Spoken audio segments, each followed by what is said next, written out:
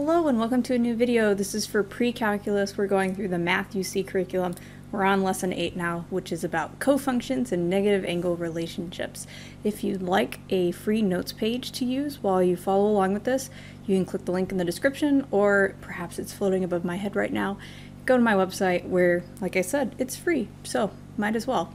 All right, let's get started. Now, we're gonna have to do some remembering from earlier lessons to kind of compile some information together. So this was an example from lesson 1 where we were asked to find the sine, cosine, and tangent of both theta and alpha, and we actually noticed something at the time about that. So pretty quickly here, I'm going to go through it, and I'm not going to bother rationalizing or simplifying because we'll be able to see what's happening without doing those things. So sine theta opposite over hypotenuse would be 4 over 2 square roots of 13.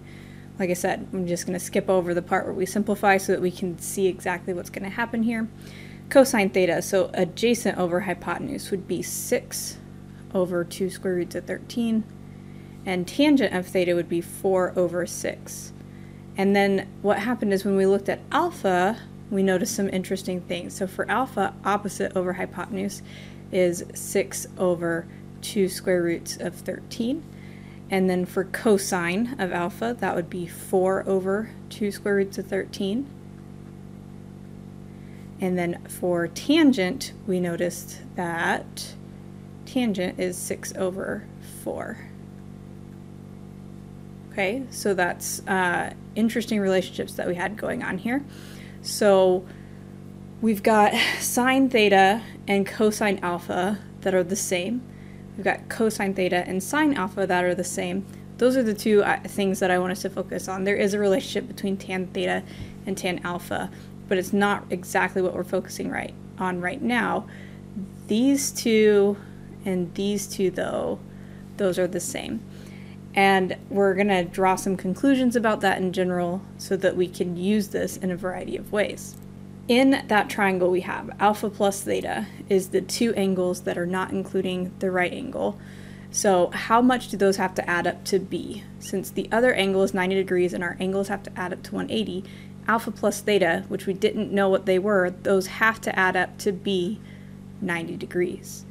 Okay, so there's a word for that actually that we hopefully learned in geometry, but we may have forgotten at this point. That's called complementary angles. And we're not talking about complements as in, your jacket looks so nice today, which would have an I here, I believe, instead of an E. Complementary in our math, geometry, trigonometry sense of the word is referring to angles that up to be 90 degrees. They complement each other. It's kind of more like they complete each other, getting to 90 degrees. So alpha plus theta is 90 degrees. And so we actually have this whole set of things that can be true based on these angles that are complementary and the trig functions that go together. We call these the cofunction trig functions, I guess.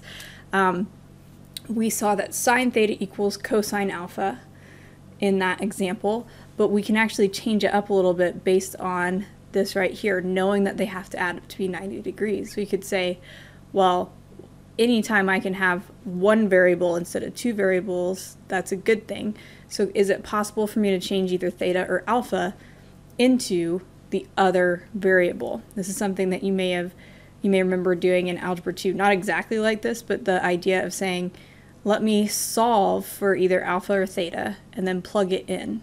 It wouldn't matter which one we did it to, but just because I like theta better, I'm going to subtract theta over and say, well, alpha could equal 90 degrees minus theta. So we can plug that in right here, and now we've got this new conclusion that sine theta equals cosine of 90 degrees minus theta. Now this is kind of a weird relationship to have between these two, and you might be thinking, why is this helpful? And there's a couple of reasons that it might be helpful. Actually, I can think of one main one. When we start graphing these, it's going to be interesting because if sine theta is the same as cosine of 90 degrees minus theta, we actually can write either a sine graph or a cosine graph as the other kind of trig function with just a little bit of work. So I think that's neat. You may not think that's neat, but I think that's neat. And so that's one of the reasons why something like this is helpful. Now, we can do this for our other functions as well. And I've probably thought of this before, but I was reminded of this before I started this lesson, that this is a part of the reason, if not the whole reason, why it's called cosine and sine, right? So we have sine of theta. Cosine is the cofunction of sine. Get it? Like the co in front is relating it. That's why those two are related, sine and cosine. Whenever you may have been thinking before this that it made more sense to put sine and cosecant together because those are reciprocals of each other. Well, this is why those have related names, sine and cosine, which means we can actually figure out pretty easily what the other relationship should be. Secant is equal to cosecant of 90 degrees minus theta. Pretty sure I'm about to have this on the next slide, so I'm not sure why I'm taking the time to write it down. And that's a really bad theta. Then tangent theta is equal to cotangent of 90 degrees minus theta.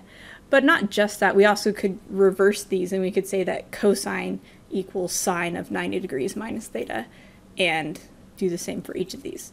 So this gives us some statements of equality that we can hold to be true no matter what theta is. And that's good because we like having things like that, equality statements that we can say this is always true. So these statements that we've got, they are actually a really significant thing. These are called trig identities. And an identity is a statement that is always true, kind of like a theorem. It's something that we can rely on. We can say it's true no matter what theta is. All of the angles these are going to work for. And this is something we're going to use to help us simplify trig expressions and do a few other things. We're just here at the beginning going to look at an example where we're just rewriting what one trig function is using its cofunction. So let's look at that. So rewrite the trig function using the cofunction. So sine 23 degrees, the cofunction for sine is cosine. And so sine 23 degrees has to equal cosine of whatever 90 minus 23 is. So 90 minus 23, borrow 67. So that would be cosine of 67 degrees. And we could do that for each of these. We just need to think, okay, what is the cofunction that goes with this? So for tangent, the cofunction is cotangent. And then it's a matter of just saying 90 minus 37, which would be 53. Doesn't ask us to find it or anything, it just asks us to find the cofunction. Secant, the cosecant is the cofunction. 90 minus 64 is 26. And then this last one, it is cosecant, so we have to, the cofunction of cosecant, it's like we're going backwards. So the cofunction of cosecant is regular secant. There we go. So this would be secant of 90 minus 44, which is 46.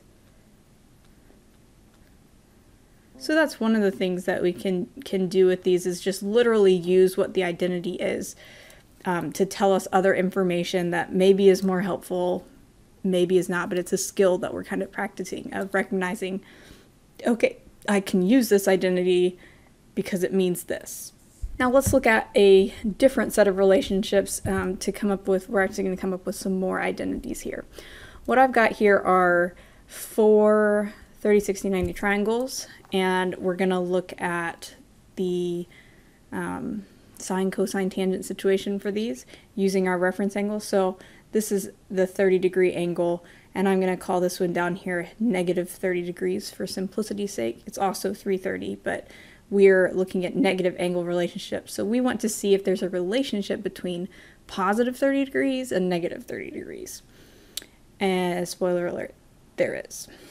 Then this angle here, so the reference angle is actually a regular 30 degrees, but the angle to get around to here is negative 30. And the reason I mention that is because these reference angles are also 30 degrees, but the angle to get around to here is 150. and the angle to get around to here is negative 150. So again, we're looking for, if I do sine of 150, is there a connection to what sine of negative 150 is, and so on. So we'd label our sides with 1, square root of 3, and 2, square root of 3, 1, 2, but this is a negative, this is a negative, and this is a negative. Okay, so if I do sine of 30, I get opposite over hypotenuse, which is a half. If I do sine of negative 30, if I do sine of negative 30, opposite over hypotenuse is negative 1/2.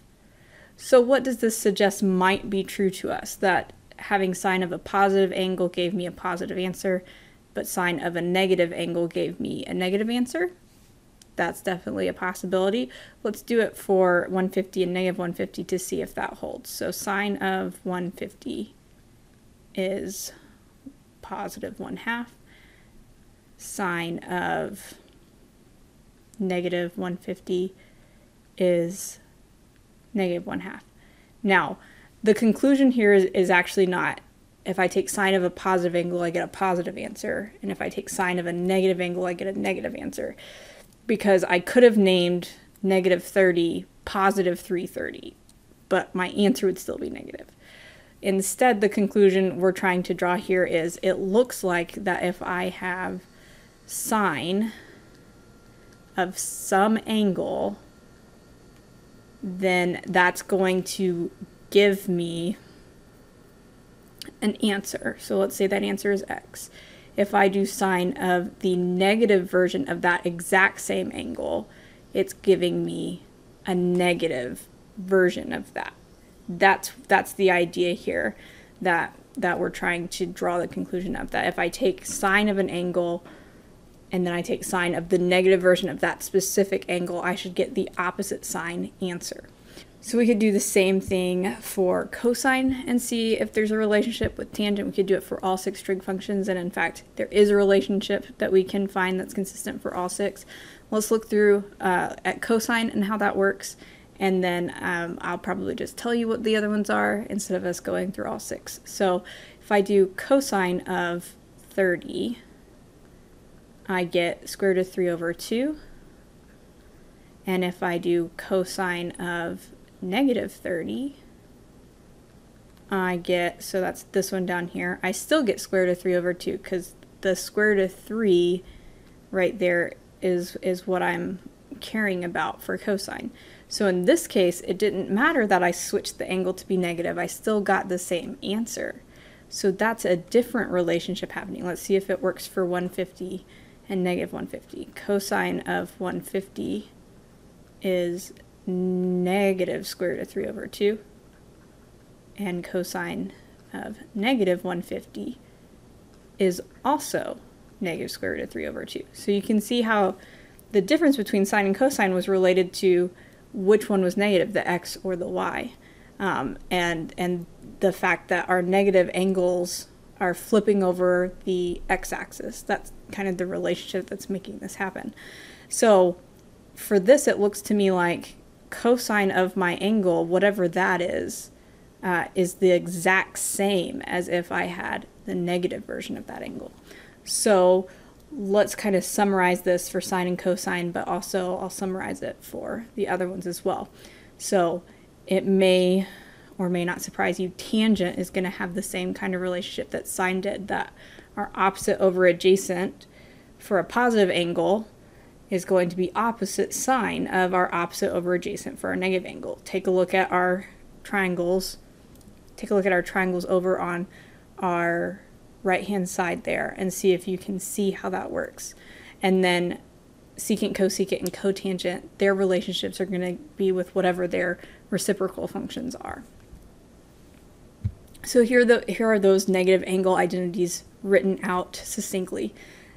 What happens is, if you have sine of a negative angle, you can say, well, that's the same thing as if I have the negative version of sine of that positive angle instead. And that might not seem like a lot, And in some ways it's not that big a deal, but there are ways that we can use this to help us simplify expressions or simplify what we're doing in general in math. This actually also is related to a property of graphs called being odd or even, and has to do with symmetry. So when we graph these later on in the semester, I'll probably bring that up, because sine and tangent and cosecant and cotangent all have symmetry about the origin, that whatever's in the top right is rotated around is also in the bottom left, and same with the other two quadrants.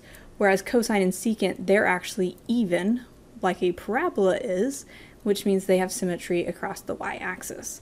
So just kind of a quick note there of one of the things that this is actually telling us about these functions. So those are the negative angle identities. More trig identities. So there's a lot here, and I haven't made the notes page yet that hopefully you have in front of you and have downloaded to use, but these should all be on our notes page in a way that we can see. Typically teachers will want you to memorize these at some point. It partially depends on whether you're in a regular pre-calculus class or pre-AP pre-calculus. If you're headed for AP calculus and the AP test, or for a college level calculus class, at some point it is likely you will need to have these memorized, because your teacher or the AP test will want you to have them memorized to be able to do things. But what we've done so far is we did the cofunction identities, we've done the negative angle identities were on the previous slide. Now these identities, the reciprocal identities, we actually would have talked about, or should have talked about in like lesson 2, but I don't know that I actually expressed them this way. This is just where we say, well, sine and cosecant are reciprocals of each other. That's what this means, that sine theta equals 1 over cosecant theta. Because remember that we saw that like cosecant was hypotenuse over opposite, right? And so we've got this relationship with each of them. Cosine and secant are reciprocals, tangent and cotangent are reciprocals. But aside from that, tangent and cotangent also have these other identities that we can use that are helpful, called quotient identities. Quotient meaning division. So the quotient identities for tangent and cotangent put them in terms of sine and cosine. And you may have noticed this as we were doing all these problems where we had to like find all 3 trig functions or all 6 trig functions, that whatever we got for sine and cosine, they both had the same denominator, because they both had the same hypotenuse. Even if we had to rationalize, they still should have had the same denominator. And so, and then the whenever we found tangent, our tangent ended up being opposite over adjacent, which would have been the numerator of sine and the numerator of cosine, and so we put them together. And basically tangent is sine over cosine, and cotangent is cosine over sine. Now, as I'm saying these, sometimes I'll say cosine theta or sine theta or cosine x or sine x. Oftentimes I will forget to say whatever the variable is and just read it as sine or cosine. Please note that we have to have sine of something or cosine of something for each of these. You can't just have sin and not have a variable after it. And in a similar way, like you can't move that theta away from sine. Those are connected. We have to do sine of something. It's just like the square, like a square root. You always have to have something underneath your square root. You can't have just a blank square root in a math problem. That doesn't make any sense. So that was just a quick side note. So here's what we're going to do next, is we're going to be proving some statements to be true. These are basically trig proofs, and if the word proof brings up like anxiety and things like that from geometry for you, totally get it. As far as math proofs go, in my opinion, trig proofs are the best because they seem the least proof-like, to be honest. Whereas in geometry, you usually had 2 columns where you had statements and reasons, and so you had to be able to like express why what you were saying was true. We aren't going to do that. We're basically just showing our work and making replacements as we go along so that we can say whatever's on the left is equal to whatever is on the right.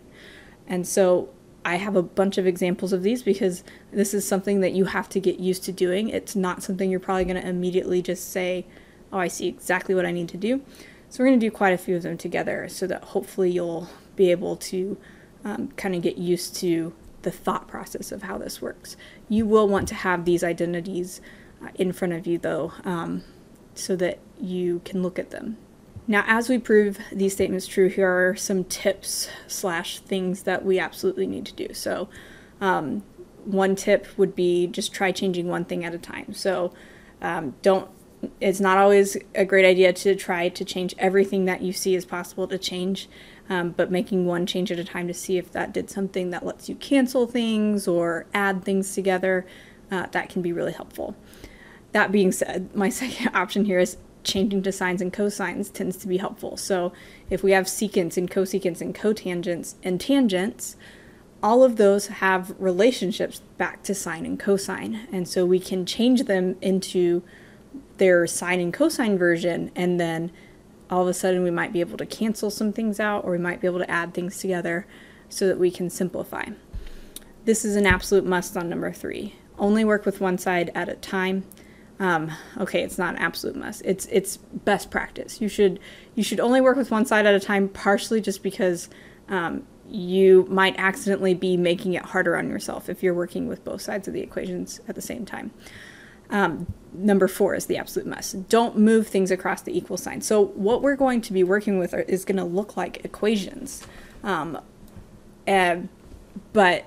there's going to be a lot of things we do that are similar to what we do with equations, but we're not going to add or subtract to both sides or multiply or divide to both sides like we could in an equation. Partially because we're trying to prove, and so we're trying to show, hey, this is why this is equal to this. These are the steps you can go through, the replacements you can make to say this is equal to this. It also, like when we divide by something that has a variable in it, in a normal equation, that messes things up anyway. So that's another good reason not to do that. But sometimes that can help you see where you're headed if you like pretend to do it and see if you can like come up with, okay, how would that be helpful? But it's not something that we're actually supposed to do. So keep that in mind. And a note here is that the way we write any of these trig functions squared, we don't put the squared at the end. We actually put it between the trig function and the variable. So like how I have this written, sine squared theta is saying that sine theta is squared. And so I'll write it out the long way. So we're saying sine theta, this whole thing, is squared. So what we do to make it shorter so that we don't have to write parentheses is we put the squared in between the sine and the theta. And that's to make it look different than this situation, sine theta squared. Here we would have to assume that the theta is being squared, not sine, because the theta is what that squared is closest to. So that's why there's that distinction, because you either would have to put parentheses around it to say, yes, sine is being squared, or you would have to put it in the middle like this, and that's typically what we do. A lot of this may not even, you may have no clue what I'm talking about because we haven't seen one of the problems. Let's take a look at one of these problems and see if it makes more sense. This is example 2 because we had one example already. So our instructions say prove the validity of the statements. I believe that all of our statements that were given in the workbook are true. I don't think it's a question of deciding whether they're true or not. We're just supposed to be showing why they're true. We are essentially being asked to make this so that secant x over tangent x is equal to cosecant x. And so we need to think back to our identities and say, well, what are some of the things that these equal? For instance, secant x could be rewritten as 1 over cosine x. So that's a change we can make. I said only do things one at a time, and I'm going to have a really hard time doing things one at a time. I'm just throwing that out there. Because tangent is also something we can change. Now, if you're like, well, let's change it to 1 over cotangent, you're right that that's something we can do. But changing it to cotangent is not as helpful as us changing tangent to sine over cosine. And that's because if I change it to sine x over cosine x, and then I think about what's happening with these two fractions, it may be that I can combine something or maybe even cancel something out. And so I'm going to call this step done. And then I'm on my next step going to say, okay, how do I divide fractions? So we divide fractions by keeping the first fraction as is, multiplying, and then flipping the second fraction. So let's pull out what may be rusty fraction skills here and say, okay, how does this help us? well, there's a cosine on top and a cosine on bottom that can cancel, which is awesome. That leaves me with 1 times 1 on top and 1 times sine x on bottom. So 1 over sine x equals cosecant x. And at some point along the way here, you may be thinking, okay, I don't understand why this is helping us. But hopefully, if you look at this long enough, you're like, oh, 1 over sine is cosecant. So we just figured it out. That means that cosecant equals cosecant. Hooray! You have done your first trig proof. Congratulations. So we did not have to say why we were doing the steps we were doing. You do need to keep in mind that because the whole point of this is that we're proving it true, we already knew what we were trying to get to. We knew we were trying to get to cosecant. So skipping steps is not something that you want to do. I mean, you may want to do it, but not something you should do. Essentially, you want to be able to hand this to someone else who also has around the same level of understanding of identities as you, and have them be able to like walk through your thought process without you having to say anything. That would be the ideal situation. And if you're skipping steps, then that's probably not going to be the case. I may, as a teacher, be able to tell what steps you skipped, but you haven't done a good job of proving it if you're skipping steps. We need to see every single step possible on the way. All right, we've got some more here. So, like I said, I put a lot of these on here. So just if at some point you're like, I need a break, that's fair. Or if at some point you're like, I've got this and you want to go try working on some problems, that's great too. But I did also model these off of some that were in the workbook. They're not the exact same, but they have the same kind of concepts happening in them. So you might think about, that if you are inclined to just stop watching at some point. Okay, so let's look at this example. Cosine of negative theta times tangent theta equals sine theta. So cosine of negative theta, that's one of those negative angle relationships. So there's only 2 options for how negative angle relationships work. Either it's that the negative gets pulled in front, or it's that the negative can go away. Cosine and secant, the negative can just go away. If it was any of the other ones, we'd have to put a negative out, and we'd be able to say, I don't need that negative out inside, but I want to put it outside instead. But since it's cosine, it just can go away completely. So believe it or not, that's something that has improved things for us, because I can't cancel a cosine negative theta with a cosine regular theta. If I had like a fraction situation, they have to be the exact same, by the way. That's an important thing.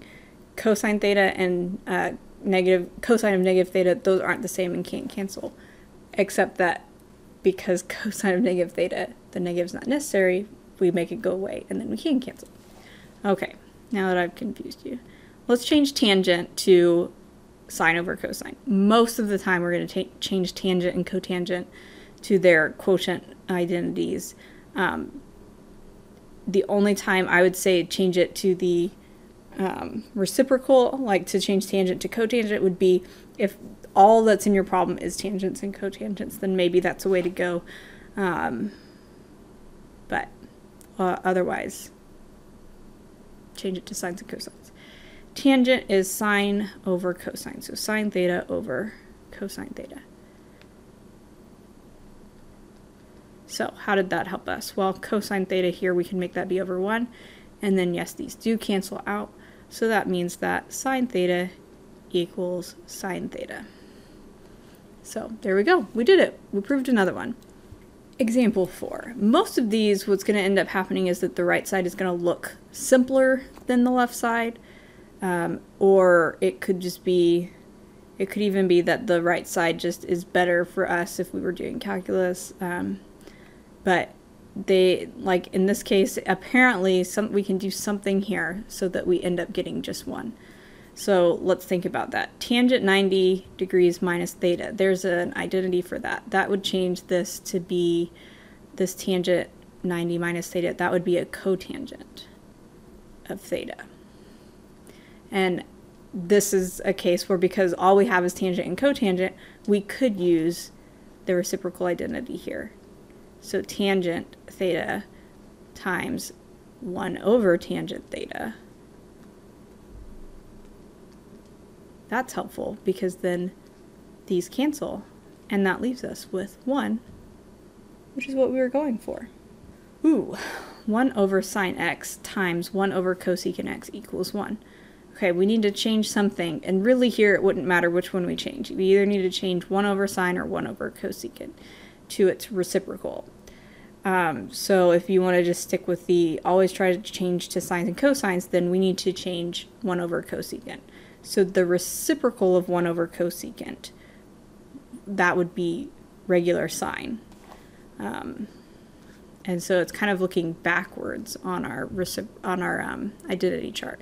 This would end up being sine x over 1, which is great because then these cancel out. Okay, so there you go. All right, stepping this up maybe a notch in difficulty, or at least it just looks different. Now we've got squareds that we're going to have to deal with.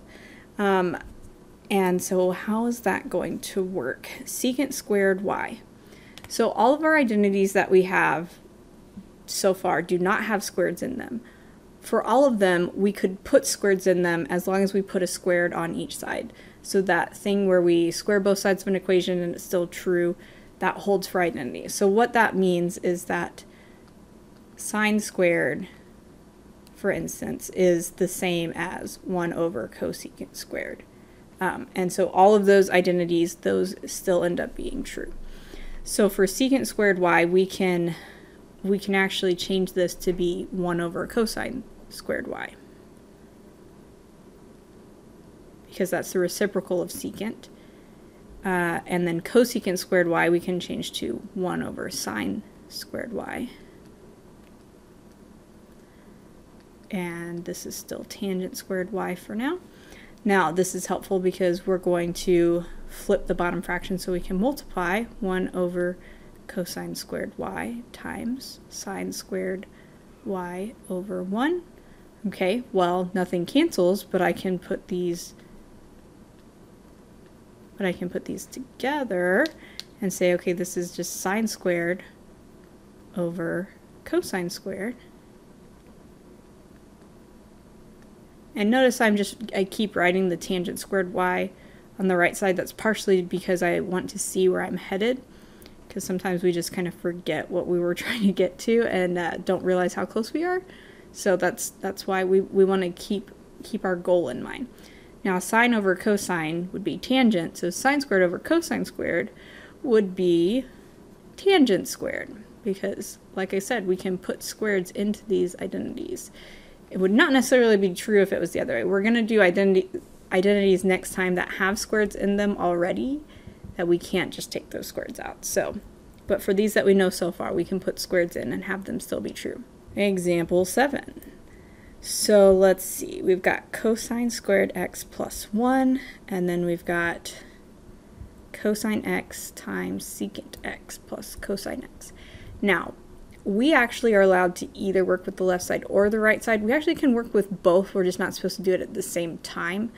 This is a case where I can't really think of anything that I can do with our identities we have right now for the left side, but I can think of some things we can do on the right. So usually we can go either direction and have it work out, but one of them may be easier than the other. And just by the way, you can approach this differently than the person next to you in class or your friend or whatever, and that doesn't necessarily mean that one of you is wrong. If you do it differently, it could, but it doesn't necessarily mean that you're wrong. There is more than one way to approach most of these problems, so keep that in mind.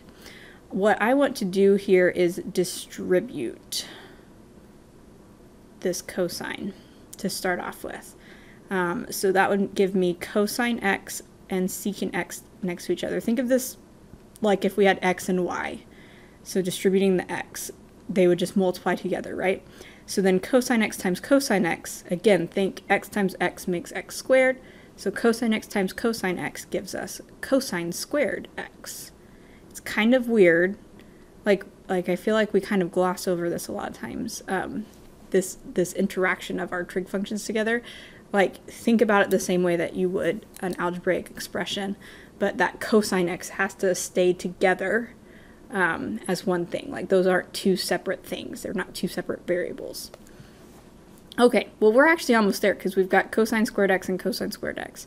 So hopefully cosine x times secant x equals 1, right? So let's do a little bit of replacement to see if that's the case. So I'm going to leave cosine alone, but I'm going to change secant to 1 over cosine. And you know what? That means those cancel out and give us 1. So there we go.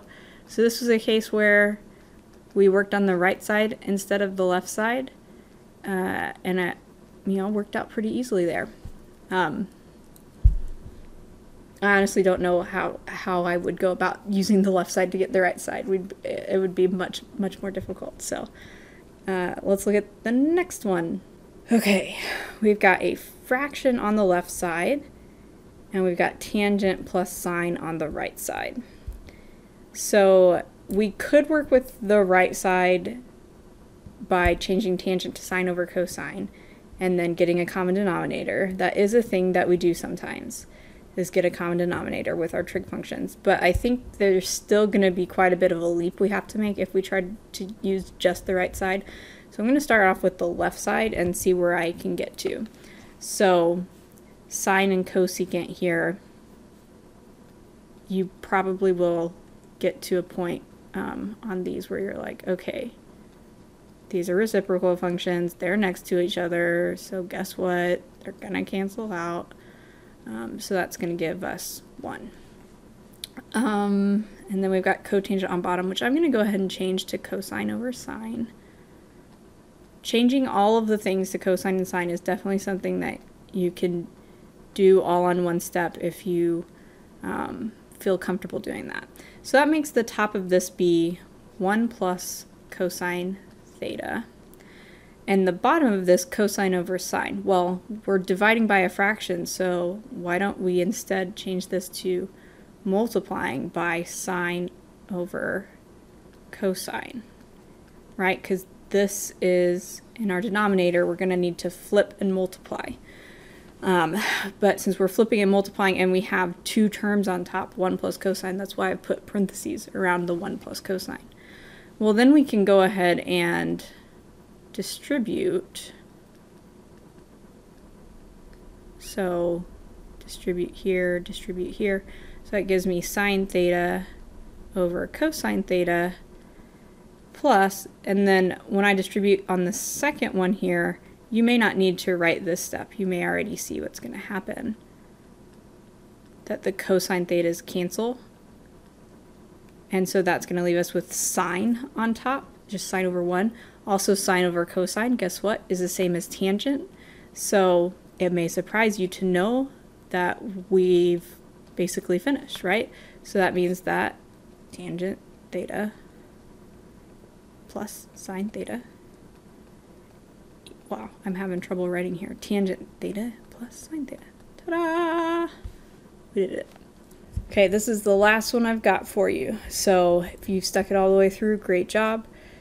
Part of this is just the more of these problems you see, the more likely you will have seen the tricks that they might want you to use, and the easier it'll be. This is definitely one of the kinds of a kind of problem that as you're working through it, it's super helpful to have solutions handy so that you can see, you know, what is a right way to do it, but maybe have it covered up so that you're just looking a step at a time so you can try to anticipate what the next step is. But I would say that these are pretty tricky. So if you're frustrated by that, you know what? You're in good company. Math is hard when we don't understand it. So we got to figure out how to understand it, and that takes practice. Okay, I'm getting off my soapbox now. I actually can see how we could do this either way. And I'm trying to think what's the more helpful way to show it to you. I'm gonna change the left side so you can see what that looks like. So cosine or cotangent, I'm gonna change to cosine over sine. Oh, and then times cosine x right here. And then cosecant, I'm also going to change to 1 over sine. And the reason I'm doing that is because I want us to experience this whole common denominator thing. although these actually are common denominators already, so it's not as cool as it could have been. Cosine x times cosine x on top gives us cosine squared x, and this is sine x on bottom. So do you see how these both have sine x on bottom, and so that means that we can add the numerators together? Cosine squared x plus 1, which doesn't actually add together. We just put it over sine x, and voila, we got what we were trying to get. And I skipped writing out these things. There is a trick you can use where you write an equal sign and then don't write anything, and that is assumed to mean that you're just like dropping this down as the same thing the whole way, that if you were changing it, you'd have to say what that change was, right? So that is a kind of a shortcut or trick you can use. If you were like, well, I want to change the right side instead, the way we would do that would be by separating this into two fractions. That would be our first step. And then we can separate the cosine squared into cosine x. And then we would be putting like one of the cosines on top with the sine on bottom to make cotangent, and then the cosine next to it, and then the 1 over sine x could be cosecant x. So this was one it was easy for me to see it both directions. So if you thought about that second way instead of the first way, there you go. That's how you would work that out. Thanks so much for watching. This is a tough one, so hopefully you hung in there. This will get better the more you practice, and we will actually do more identities in, I think, the next 2 lessons. For sure the next one, but I think the next 2. So thanks for watching, and please hit that like button because you like me. You're not saying you like trig identities. Just say that you like it because you like me. If you don't like me, then stop watching. But subscribe and leave me a comment if you'd like. Okay, bye.